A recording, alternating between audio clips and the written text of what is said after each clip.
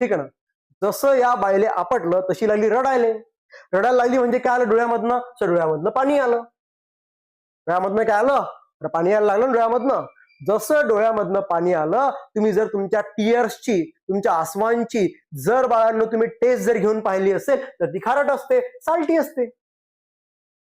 अरे simple example ना. Sir नवरा बायकोचे भांडणं झाले. कोणाकोणाचे? नवरा बायकोचे भांडणं झाले. या दोघांनी भांडणं केल्याच्या नंतर झालं काय? नवऱ्यानं बायकोला आपटलं. जसं आपटलं बाई मुळमुळ रडू लागली. म्हणजे काय आलं डोळ्यातनं तिच्या? पाणी आलं. पाण्याची टेस्ट कशी मला सांगा पटकन? साल्टी आहे, खारट टेस्ट आहे. जर ती खारट जर टेस्ट असेल बाळांनो तर मला सांगा घरामधलं वातावरण कसं राहतं? मग उदास राहतं काही? उदास राहतं ना. त्यानेच तर म्हणायचं उदासीनीकरण अभिक्रिया. असं काय खूप मोठं अवघड काम आहे असं थोडीच आहे. ठीक आहे, तर चलो आज ते आपलं चॅप्टर संपलेला आहे. व्हेरी आयएमपी बाळांनो, व्हेरी आयएमपी याच्यावर पेपरला क्वेश्चन येणार आहे. फक्त असं पेपरात लिहू नका नवऱ्यानं बायकोले मारलं, पण ती रडू लागली, मुळमुळ त्या डोळ्यातून पाणी